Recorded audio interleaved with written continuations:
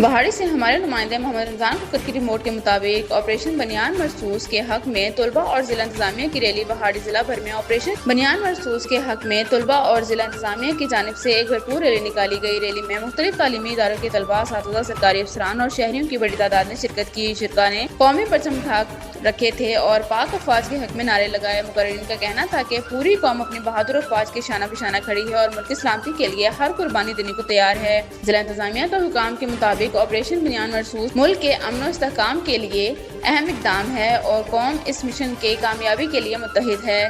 Rally شہر کے مختلف شاہراہوں سے ہوتی ہوئی اختتام پذیر ہوئی، جہاں ملک کی سلامتی، اتحاد، امن کے لیے خصوصی دعا بھی کی گئی۔